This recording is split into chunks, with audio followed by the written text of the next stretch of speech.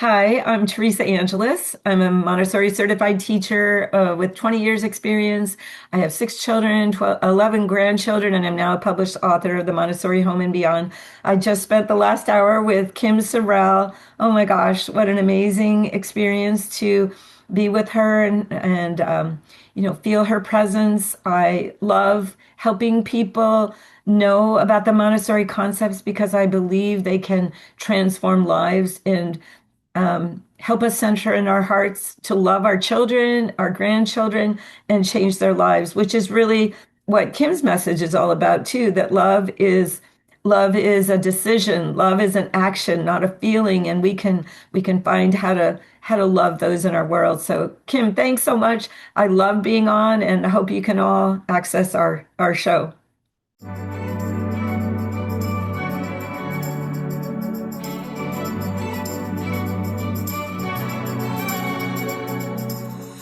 Welcome to the show. I'm so happy you are here. You are going to be so happy you are here. I'm Kim Sorrelle. I'm an author. I'm a speaker. I get to do a lot of fun things in life, but my favorite thing to do by far is to meet people. And I get to meet some extraordinary, wonderful, incredible people. And today is no exception to that. Teresa is a Montessori expert, but her life goes well deep beyond that. There's so much to know about that. There's so much I've learned from her, just reading her Mm. stuff and watching her. And you're going to learn a lot. There's things that you can do at home. I always thought Montessori is just school you send your kids to, but it's not. There's so much more to it. And we're going to get into all that. But first, you're going to get to know Teresa. Teresa, welcome to the show. Thank you so much, Kim. I really appreciate being here, and I agree with you. I feel like our the themes of our lives are in a very interesting way interconnected, and your theme is all about sharing love and showing people how intentionally loving can change our lives, right? And I think I do that for parents or try to share with them the benefits of creating a life for their children intentionally from in the womb, even, and when they're very young, helping them to know that they're loved, that they belong, and that they can impact other people by their love. And I think when we grow up knowing that, it changes who we are and it changes our lives. It makes us happier. It makes us find happiness we can give to other people. And so anyway, you know all about that. But as I was watching your shows, and I absolutely loved watching you and just seeing how much gratitude you had for people and how you pulled that out of them, I just was really excited to come and talk to you today. So anyway, I just want to say one thing before I go into my story about Montessori, and you hit it on the nose. Many people know about Montessori schools, but I think they don't always know the history and the legacy of the whole method. Maria Montessori was one of the first female doctors of Italy, and she had a lot of challenge even getting through school because she was almost everyone was a man, and she had to go in and work on cadavers by herself at night when the men weren't there and things like that. But anyway, she ended up switching from a very lucrative medical career where she had, great medical skills. I'm sure she was very successful. She had such a passion for children that she ended up abandoning that career and going into teaching. It's so And incredible. I mean, her story is just so amazing. And we're going to get into more of that. But right now, I want to talk about your story. I okay, want to talk about how you got from there to here, right? So okay. first, I want you to tell us about 8-year-old Teresa. Oh, wow. Okay. Well, I grew up in a home with wonderful parents, a wonderful family. I had one older brother and very loving parents. I had 43 first cousins, which was so fun. I just loved having cousins and a big family where we got together. So I understood the value of family, I think, even as a young child. And I had only one older brother and he was 6 years older. So I kind of missed having, siblings that were closer to my age. So I always kind of longed for that, and I think that made my cousins even more special and my friends. So I cherished friendship and relationships even as a young child.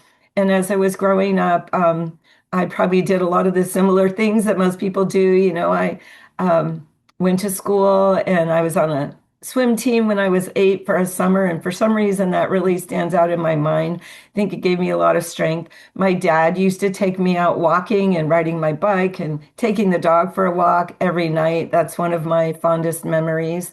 And just, that intimate time with him. My mom was wonderful. She sewed and baked and cooked and taught me a lot of those things. I sewed many of my own clothes when I was a teenager, which I realize is kind of a lost art right now. But anyway, so my home life was very rich in a quiet way. There were those planting flowers and baking bread. And I remember going to sleep hearing the sewing machine going. And I have that sewing machine now, and it's a very treasured item for me.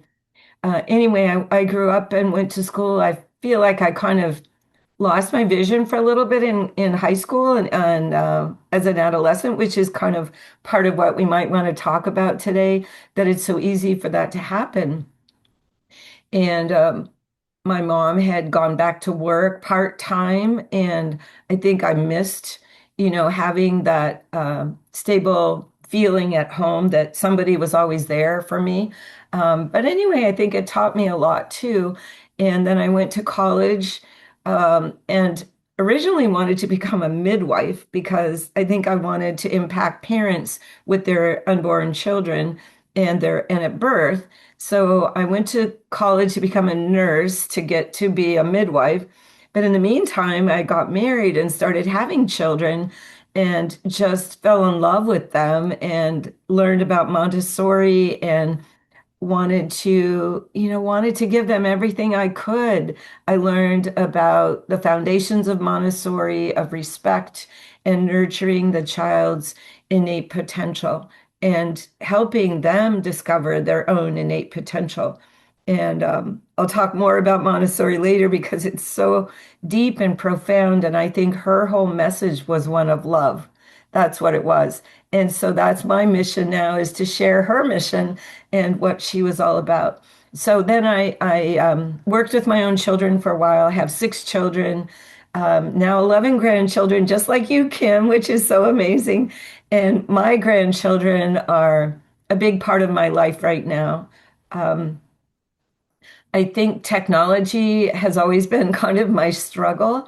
And when I went into nursing, I did pass on my second try to get my nursing license. I didn't pass the first time, which was really hard, but I went back. I took all my notes apart, had to restart from the very beginning for 6 months. And by that time, I was also pregnant.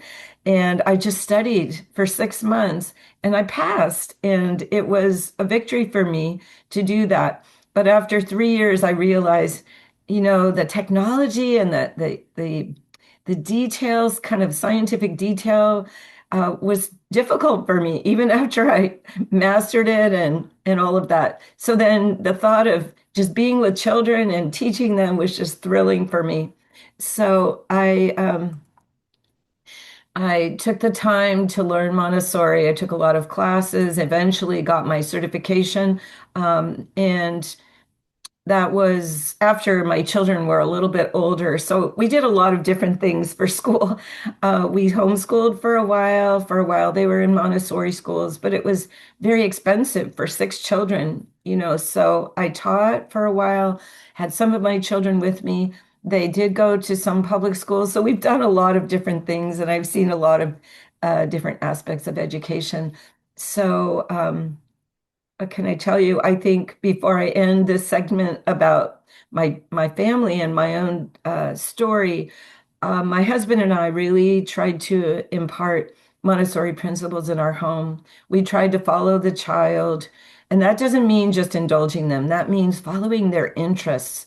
What are they fascinated with? What do they love? What are their strengths and their gifts? What are their gifts? Because I always believed that if we could determine a child's gifts and help them pursue those gifts, they would know themselves better. They would have an identity. They would have a means to serve others. You know, if they're really good with baking, they can bake for others and bring baked goods to any activities and feel very happy to be making people happy. If they're good with people, they can serve people, they can facilitate and they can introduce people and they can tell stories. And so there's a lot in my own history where I help people try to discover their children's gifts. So anyway, I think from there, I think that, and I didn't understand it as much as I do now. Like I really have delved into the multiple intelligences that Howard Gardner founded. He was a neuroscientist in the 90s, and he found that there are 8 different types of intelligence. So if your child isn't an expert at math and language early on, maybe they're a naturalist, or maybe they do design or maybe they're kinesthetic and they can use tools. So I think our society so wants to put us in a box. We have to be good at these certain things to be thought well of.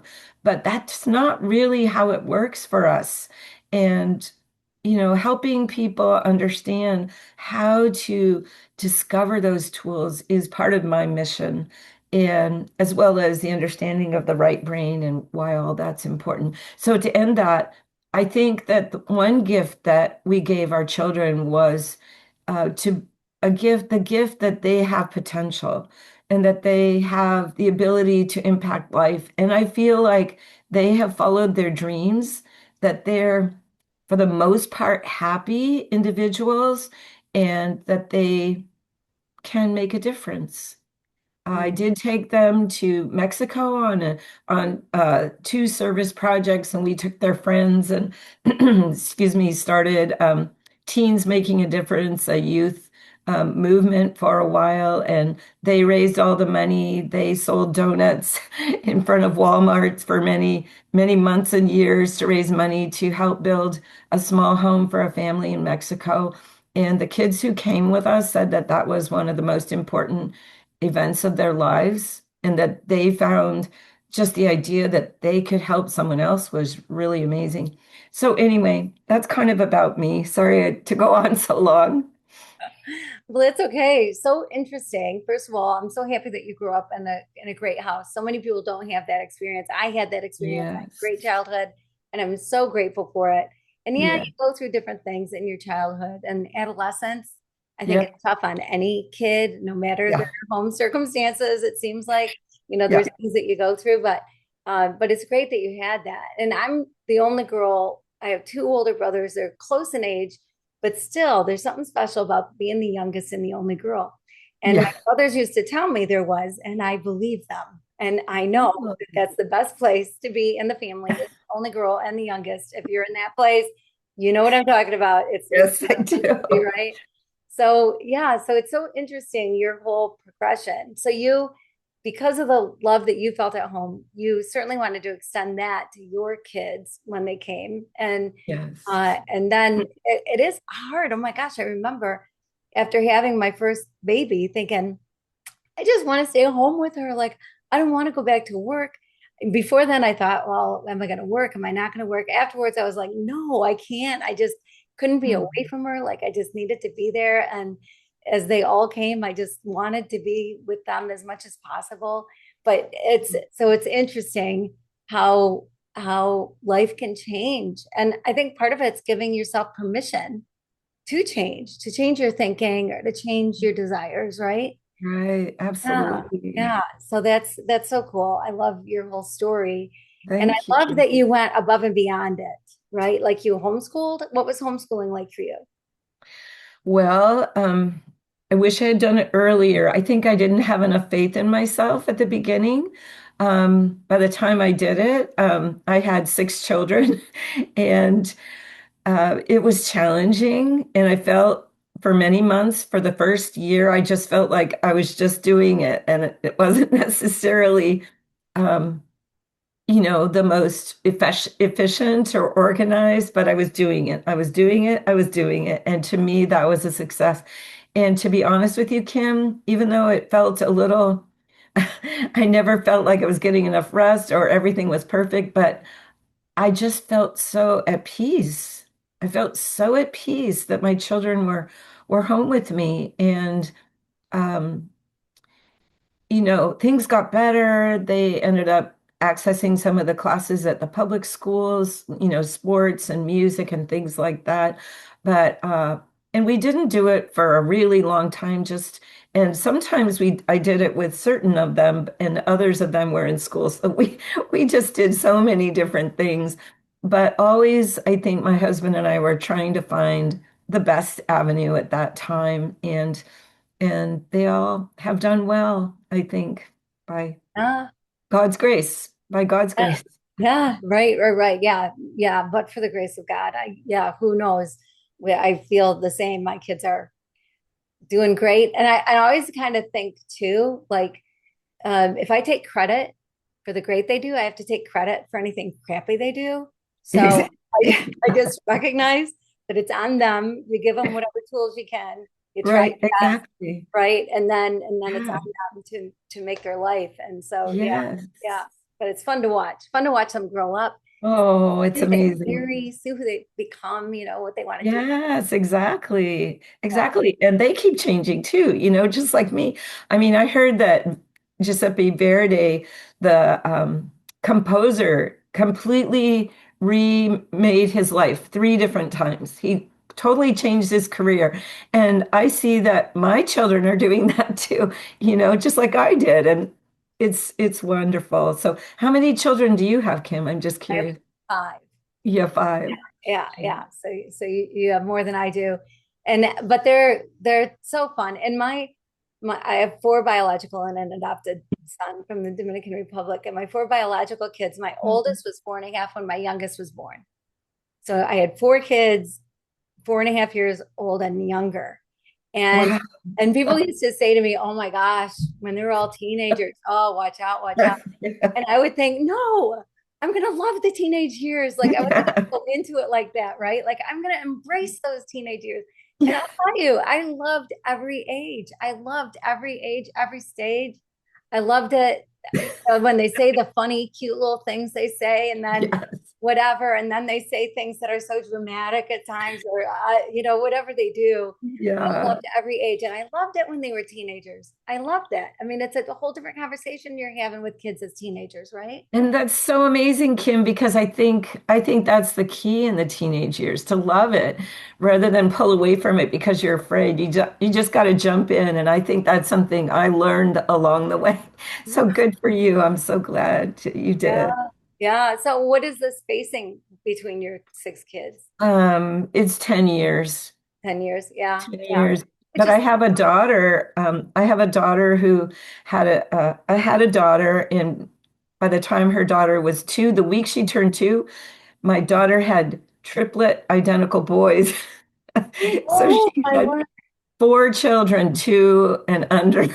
Oh my goodness, triplets. Is that somebody who runs Triplets. in the family?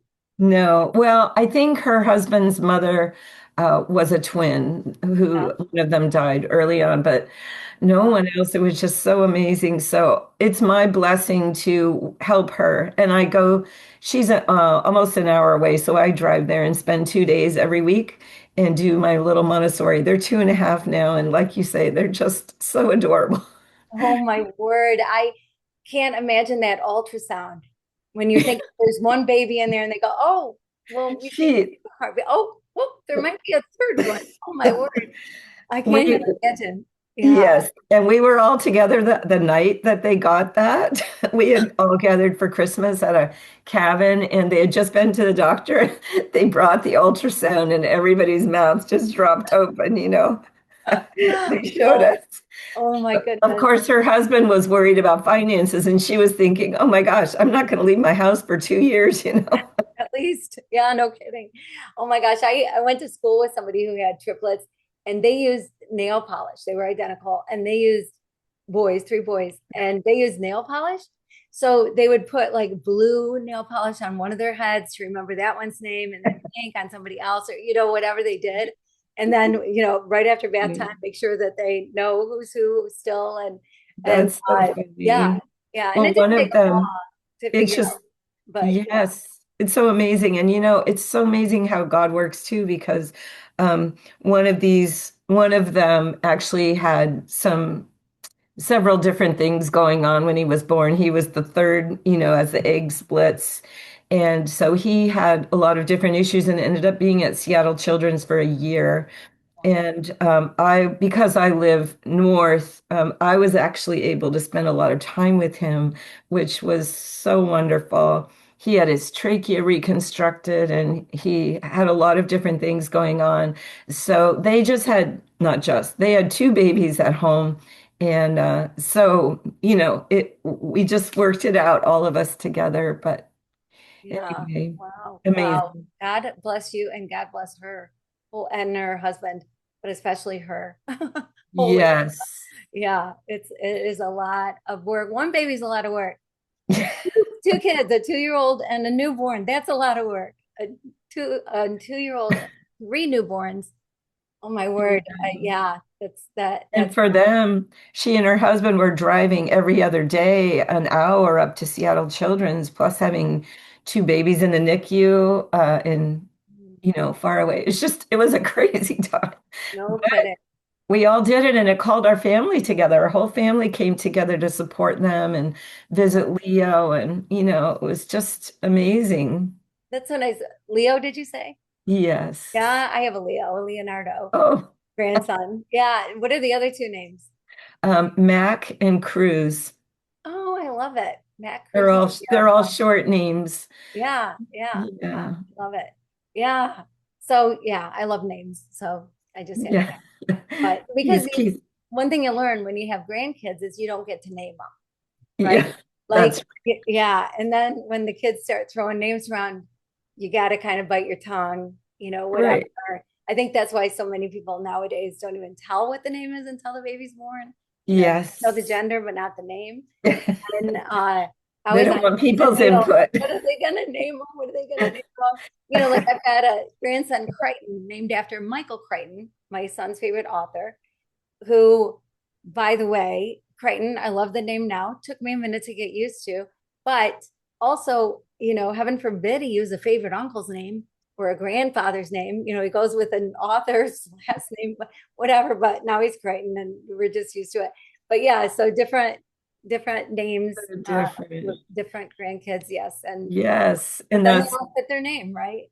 that's right. And the way parents do things now is different from how we did when our children were young. And I think that's a big deal too, just learning to respect and accept and support the parents. That's what I learned, rather than trying to just move in as a grandmother. I was there to support my children and their parenting. And, I say one of the biggest things I do right now, Kim, is take kids to the park, Oh, you know, yeah, yeah. do dishes, laundry, and take kids to the park. And of course, I use my Montessori skills too, but I think just helping parents to have time for themselves and, keep their worlds in order is a really big help.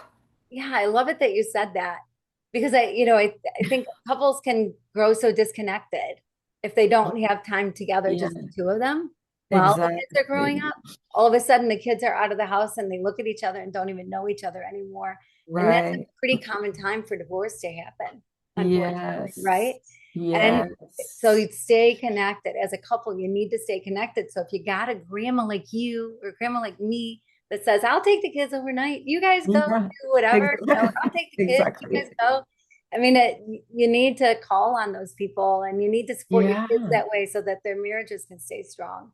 And Exactly. And it's like the whole structure of the family. I mean, we all benefit, right? I love being with my grandchildren. I come home feeling, so excited and uplifted and they benefit and my kids benefit with their spouses. And so, yes, I think families are more than just parents and children. We're all connected for a reason, it's really important. yeah, I know. I love it. I love it. It's parenting and grandparenting. I love grandparenting more than parenting. but I love parenting. But also, as a grandma, I think one of the big differences is time. When I was raising my kids, it's like, oh my gosh, the laundry never ended. And now I got to Yeah, cook dinner. They expect to eat every single day. Like there was so much going on, right? That is, yes, parenting, all exhausting. this other stuff. It's exhausting. And so I look back and think, I wish I would have had more time like I do now to just sit and play. And who cares how the house looks? Like, but that was Yeah, my attitude. I felt like I had to do it all the time. right, But just sit and play, sit and do a puzzle, sit and read, sit and, whatever, get out a game. right. And Just be present. Just be present with them. yes, yeah, which going to Montessori, that's part of it, right? Like, how did you even discover Montessori? How did you go down that path? Um, I think in my community, I started hearing about Montessori, and a lot of parents were talking about it. My church was talking about it. And so I decided to just read some articles and finally, I think The Absorbent Mind, the book called The Absorbent Mind, was really impactful for me because I realized that she, she's so amazing. She realized and named the first 6 years of a child's life. She called it the absorbent mind phase because she said that they're in a certain magical time where the brain just absorbs.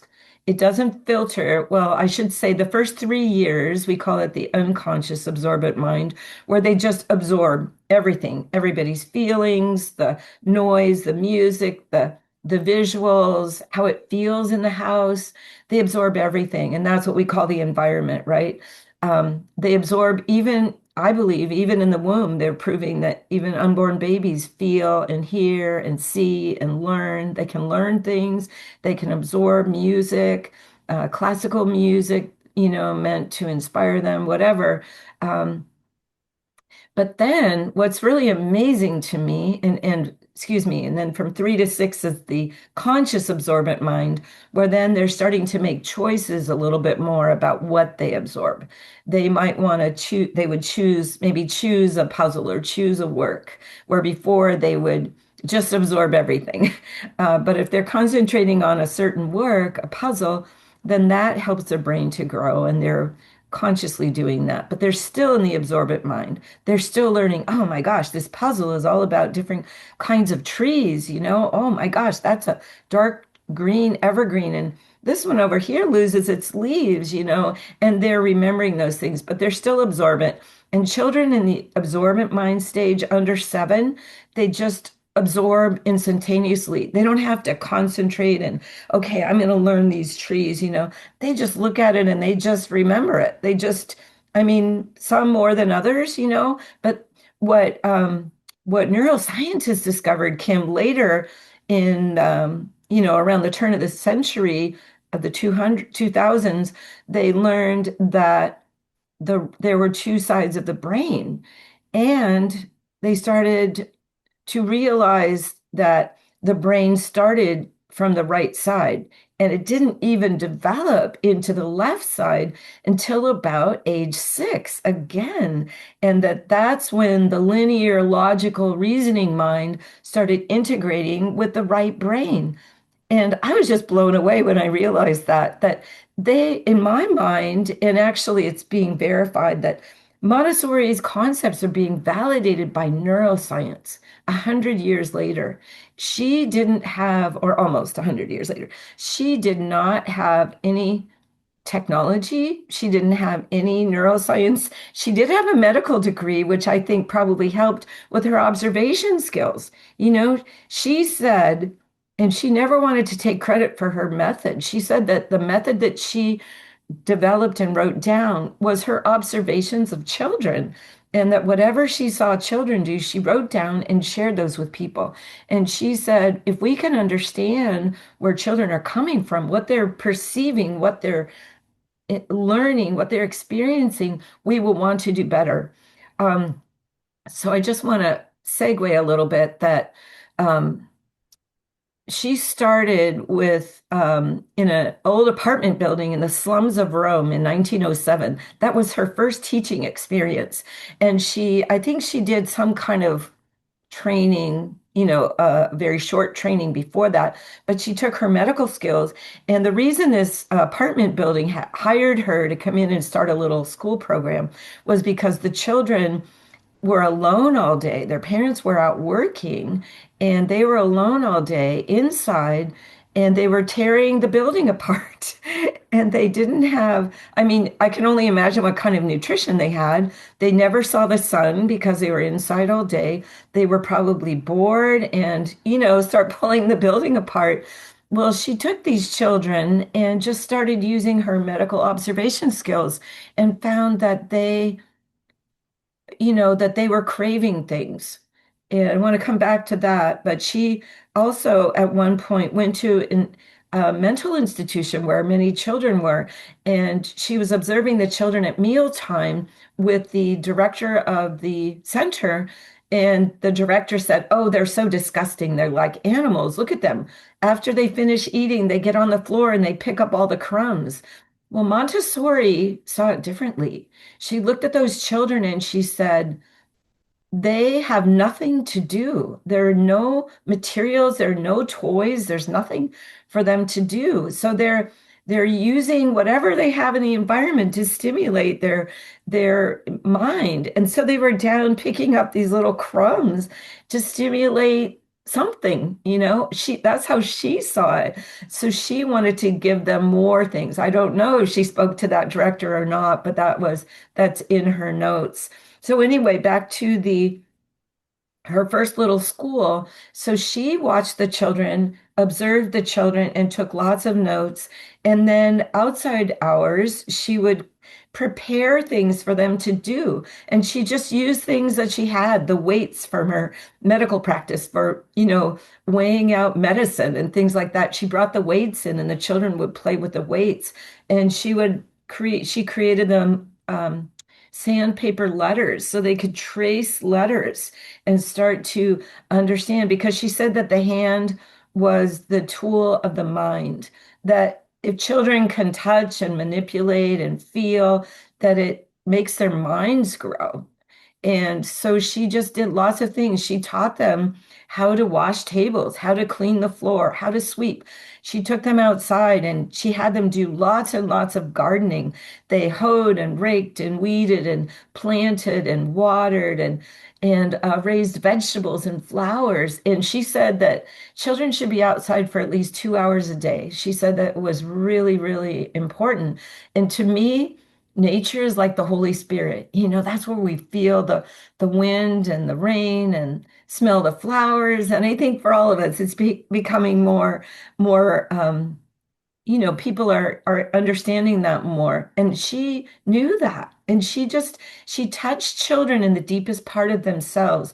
And she also created um, materials and opportunities for them in all the different areas having to do with the mind, the numbers and weights and letters, and also sensorial experiences, feeling different kinds of textures, soft velvet and hard, rough sandpaper, and then she would have the children match those. So here's the rough sandpaper. Here's 7 more pieces. Which one is just like this rough sandpaper? And they would say, oh, these are the same. And that refined their sensorial skills.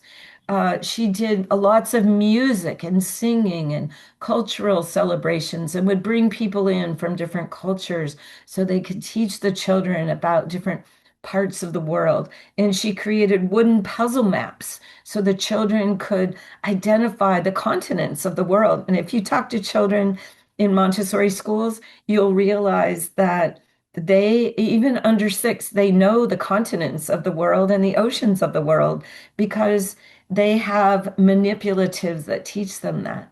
And then when they get older, they have different maps like from each continent that have all the countries and they learn the names of the countries and they might, they're free to work with those as they want. And they might take months to learn or even years to learn all of that, but it's available for them. And the wonderful thing about the Montessori environment is that there's so many options.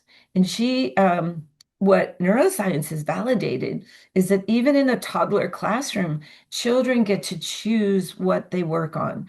And there may not be tons of things when they're really young because we want to keep it simple, but they're free to choose, and they're free to take it either to a table or a mat or whatever we have for them to work at in that classroom.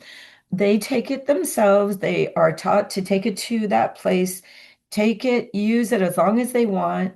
And if they want to leave it there for a little while, they can put their name tag on it and come back to it. But then eventually they have to clean it up and put it away so someone else can take it.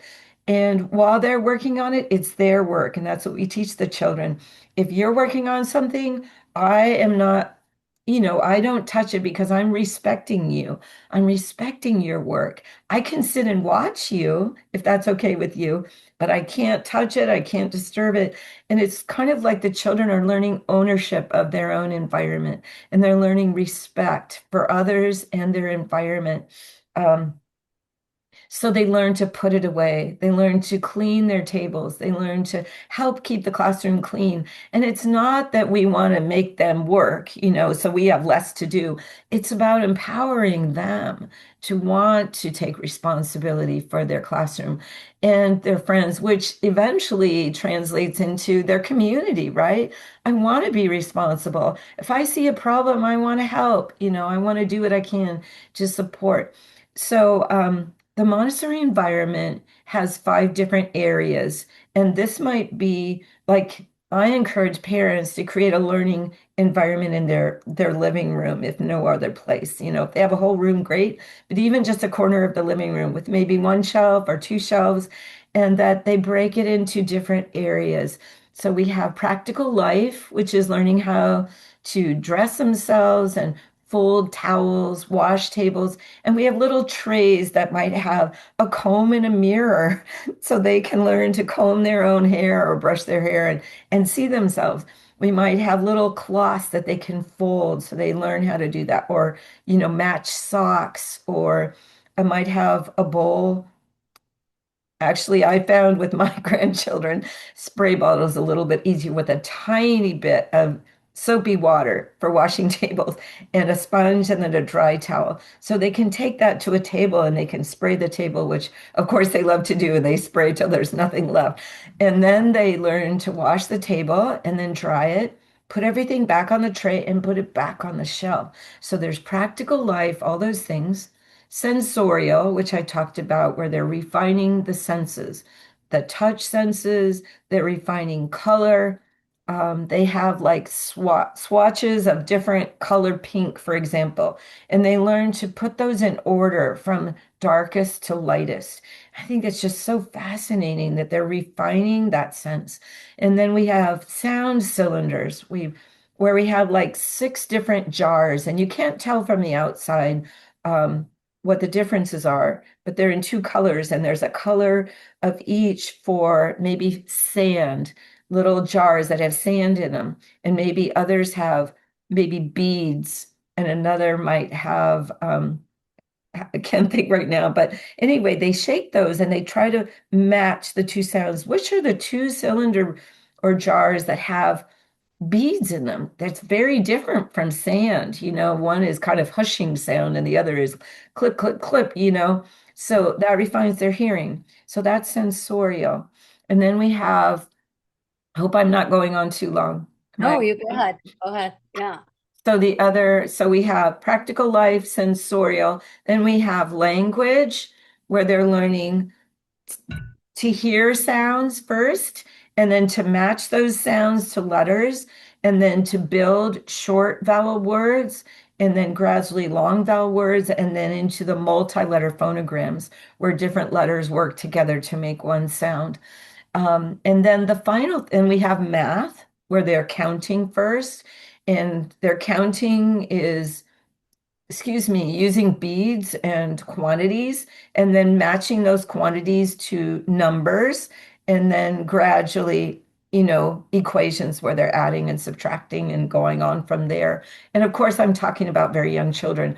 Um, and then I'm almost finished. But the last area we call it cosmic cultural, and it's music and art and all of the sciences. So botany, which is plants, zoology, which is animals, and every other science, history, geography, biology, all of that. And of course, we present it in very simple ways. But that's kind of a presentation about the younger child. We do take those same 5 areas into elementary, and I think you can take it into adolescence also. And there are 4 planes of development that Montessori talks about, and the first is the absorbent mind, 0 to 6. 6 to 12 is the reasoning mind, where the child really starts loving information. They love working on projects and working with others. And then 12 to 18 is the adolescence. It's extremely sensitive as they're identifying who they are. And that's why service, I think, is so important. And she did talk about that. Montessori didn't live long enough to actually start adolescent programs, but she lectured on it enough that people have been able to do that to start her programs and kind of use what she suggested. And she suggested something called Erdkinder, which is called Children of the Land. And she kind of used the entrepreneurial method where she said that they're so sensitive at that time. It's really not the best time to do intense academics, which unfortunately is what a lot of our adolescents are doing, but that they should be out working with their hands, working with animals or plants, and then taking the vegetables to market, to the farmers markets and selling them and using that as their education, counting the money, keeping accounting, and their social skills, learning to work with the community. She also said that they could do something, or she suggested they do something like run a hotel. And of course, they're not doing it themselves. There's adults helping. Running a hotel where they have to prepare food, clean the rooms, change the beds, and keep accounting when people come and pay. And, all those gracious hosting skills that we would learn. So I just thought it was an amazing view that she saw their sensitivity and created other opportunities and loved them, just creating loving and learning how to love others at that time. And then 18 to 24 is the fourth plane of Montessori's development that she saw. And she said it was when they were coming out of the adolescent phase and kind of merging with society, defining their career, defining what they wanted to focus on, and then really learning those skills, learning to budget further and control their money and become part of a society, part of a culture. So I think that's a good Yeah. here. So interesting. It's so interesting because it's I the things that I love that you're saying are that um the kids get to pick, right? Like this kid is not this kid is not this kid is not this kid. And what interests this boy might not interest that boy or that girl, but is really interesting to that boy. And so to let kids pick what it is that they want to do, which I feel like, like at home when they're home, before they go to school, they are kind of picking what they want to do. And you Yeah. do see, like, oh my gosh, this son loves cars. Oh, this son loves, loves to draw. Whatever you see what they gravitate toward and what their interests are, so that you can build on them and help them out in those areas to make sure that that stuff remains available. So yeah, the Yes, things that you can notice totally. when they're real young. So like with your young ones, with the triplets and the 2-year-old who's now 5 years old or whatever, however old she'd be, Or yeah. or 4 years old. Um, what do you observe in them? Like, do you see how early do you see what interests them, for instance? I think even, I don't know, infant to toddler, definitely under two, you can see that. I mean, even like the difference between girls and boys, you can have dolls and you can have cars, and it just seems like the girls don't really go for the technology for them as much for the most part, not always. And the same for dolls. I do see in the triplets a real tenderness, toward babies. They're fascinated with babies. And one of them has enjoyed playing with the doll, but not all of them. Um, and may I take a step back to the Montessori classroom for toddlers? I'm so glad you brought that up, Kim. I actually wanted to say that one of the things neuroscientists found in the Montessori environment for toddlers was because they were able to choose, like you're saying, they could choose activities and work at it as long as they wanted within structure. We create the boundaries, and in a Montessori environment, there is a lot of order. We do have an order. Montessori has a curriculum, but it's very open. We can go there at any point. It's not a rigid environment, a curriculum at all. But the idea that they can choose actually develops executive functioning skills for planning, for time management, for socialization, for creative problem solving, for self-calming skills. I mean, I can't remember, there's a whole list. It's just astounding, really.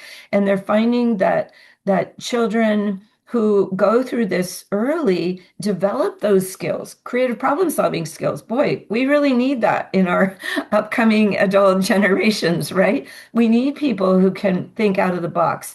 All the big movers and shakers of today, or many of them, started in a Montessori program. And something I think I also shared with you earlier, Kim, is the idea that it's being validated now that children who went to Montessori schools, and I'm saying this because I think we can also replicate the Montessori concepts in the home. That's why I'm sharing it. But children who went to Montessori schools for at least 2 years in preschool or elementary school have become happier adults, which is really fascinating. And I think, well, why? How could that possibly be? But when I look at the environment that's recommended, I realize, first of all, there's the relationship and the presence that you talked about. Just being present is the first thing. It's most important rather than having a perfectly clean house or anything. It's how is my child doing here? I mean, of course, we need times to clean our house and do all the other things, but we want to take time to make sure that child feels loved, that we're there with them. We're not running around, which is what I often try to do at first, make sure that everything's done, the dishes are done. But that child knows I'm more important than the dishes. I'm loved, I'm seen, I'm heard. And I actually encourage parents to take 10 minutes a week if they can and have a little spiral notebook, a journal or something where they just sit back and observe their children. And hopefully their children will let them do that for a few minutes and just to write notes, and you'll be amazed. If you take a few minutes and just sit and observe rather than always doing, doing, doing, running around, just be still, you'll observe so many things, what they love, what they don't love, what triggers them. And if you also take time to observe yourself or think about yourself and jot some of those ideas down, it's pretty amazing what you realize triggers, or I could say triggers me, what triggers me, especially with my children. And if I take a moment before I leave a certain environment, like with my triplets, I try to write down, and I need to be better at this, try to write down what did I observe about them that day or that week, and what was difficult for them, what was difficult for me, and what can I think about, who can I talk to, how can I research or, do therapy? Why is this triggering me so much? Because we know that the more we resolve our own triggers, the easier it is for them to be free to develop who they are and not replicate our own issues, right? Mhm. But I think, first of all, Montessori was very strict in her own way about creating order and cleanliness in the classroom. And she said that we needed to have order so the children knew where to get things and where to put things back, where to hang their coat, where to put their shoes. So everything had a place in the environment. It creates order in the mind. And to me, that's the classification and the sorting of the mathematical and scientific mind. Isn't that what science is? We categorize things. We say, yes, all these things belong in this box. All these things belong in this box. And if it's not in the right order, it doesn't make sense. And I share this story on every podcast because it seems like I just come back to it, but it's amazing to me. I've helped my daughter create a little bit of a learning environment for her children. And for lessons or activities, even toys, if they have a lot of small parts, we have a little bowl or a basket or a box where we put the small parts. That's just part of the order of the environment. And when the triplets were 18 months old, someone gave them this big felt Christmas tree, and it hung on the wall. It had all these little stick-on ornaments. And Cruz, one of the triplets, here he is, 18 months old. He looked around and saw that these ornaments were just all over the floor, and there was no place to put them if they weren't on the tree. He went and got a box at 18 months old and put it under the tree, collected all the ornaments and put them in the box. And I just thought, that is just amazing. To me, it was proof that he was intuiting and absorbing the order in the environment. And how is that going to play out in his life? He's probably going to want order in his life. He's going to want to be organized. So, and I struggled with disorganization most of my life. I think I'm becoming better organized now as I've had to, and I've learned it, with Montessori. But I just thought that story is just astounding to me. And I think Montessori said that you can definitely see certain callings in children by the time they're 6. You can see children who love to care for animals or love to do nature or love to read and tell stories. So, to answer your question, I think definitely in those first 6 years, but it's also not too late anytime. Um, may I say something about the right brain, or do you have another question No, there? go ahead. Yeah, go ahead. So, the more I learned about the right brain, actually, when my children were still at home, my youngest was probably 5 and my oldest was probably 15. I learned about right brain learning. So you think, well, why would you want to stimulate the creative right brain over the left brain? First of all, I understood that children live in the right brain till they're about 6 or 7. And then they start integrating into the more linear, data-driven brain. Um, the right brain is very creative, relational, um, intuitive, musical, and the left brain is really good with lists. It's efficient, it's organized, can keep to tasks, can focus on one thing at a time, where the right brain just absorbs everything.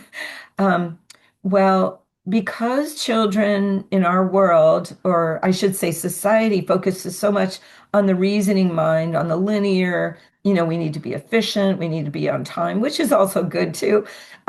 But I think as a culture, somewhat we tend not to nurture those creative skills as much. And if we can take those first 6 years and give our children lots of right brain activities, creative, um, intuitive, relation building, um, artistic, musical, all those things, then their right brain is going to be really, really strong. And when they integrate that with society and learn all those left brain skills, they're going to have more of a whole brain potential, right? Like, for example, and I tell these examples, but what I mean to say is that we can do these with our children too. For example, Einstein. Einstein supposedly lived in his right brain until he was 9 years old. He couldn't handle school. He didn't do well in school because he just couldn't get efficient like that and organized. So his mom homeschooled him. But he developed that right brain to such an amazing extent that he was able to perceive these incredible scientific principles. But then he learned the left brain skills so he could write them down. He could communicate them so other people could understand them. Mozart was the same way. He had an amazing ability with music. He could hear these transcendent symphonies in his mind when the oboe would come in, when the violin and the flute. But he also learned to write music. He learned how to write it down. So now, how many other people have been able to enjoy his music and play his music because he could communicate it? So that's what we want for our children. We want them to have this tremendous right brain opportunity and the left brain. We want them to know what their gifts are. And again, I cite Howard Gardner and his multiple intelligences, which you can look up actually on my website, Montessorifamilies.com.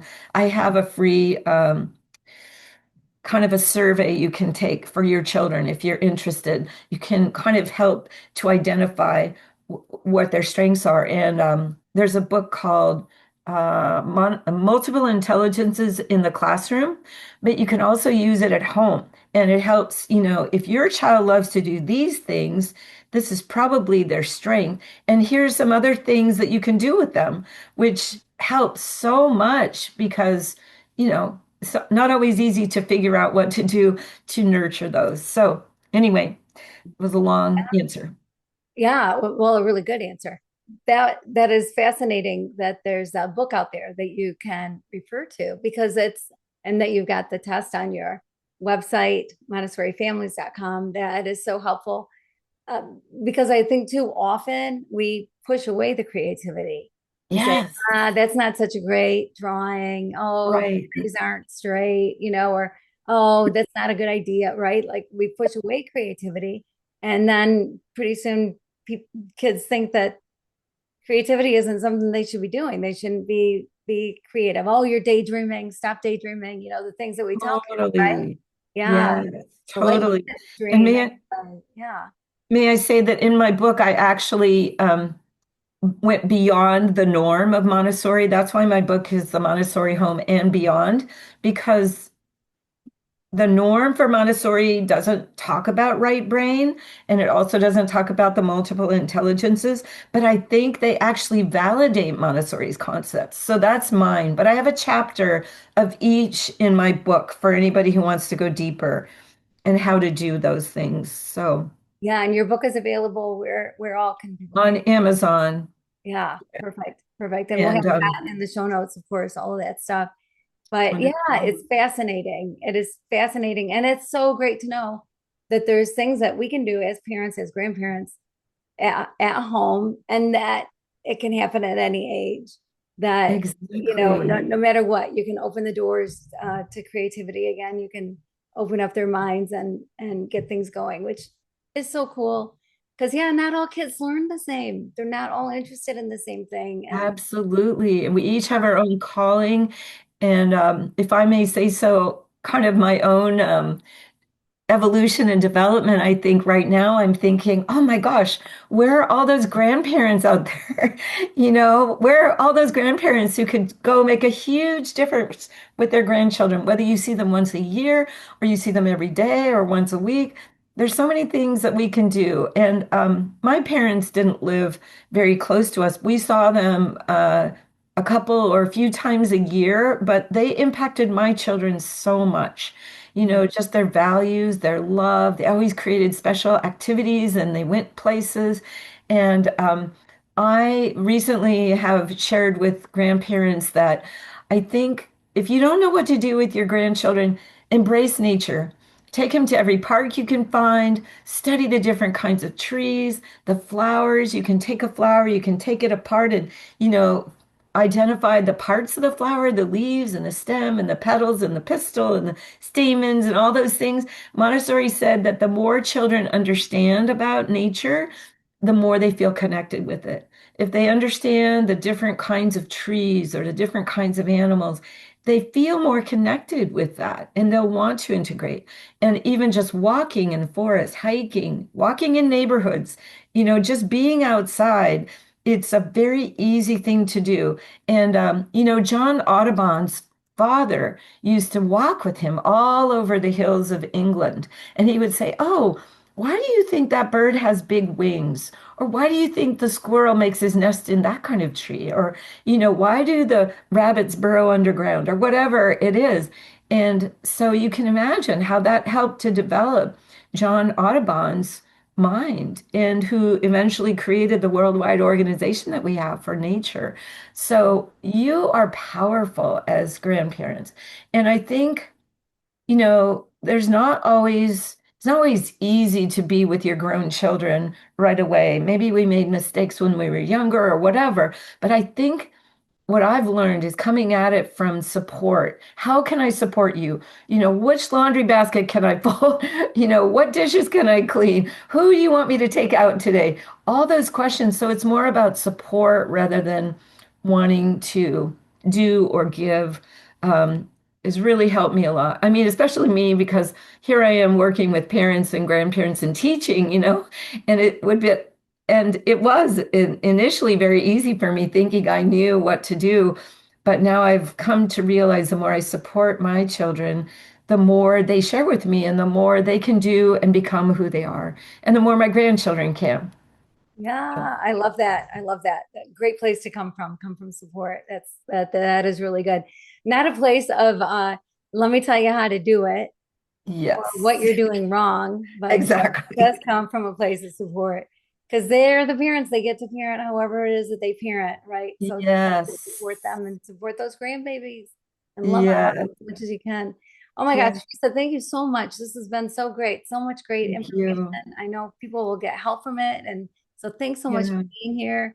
And thank you everybody for joining us today. If you know somebody that this would be a great episode for them to listen to, pass it on to them so that they can hear it too. And thank you for being with us today. I'm so grateful that you're all here. And I just pray that until we see each other again, that you keep your heart open and you live your love loud.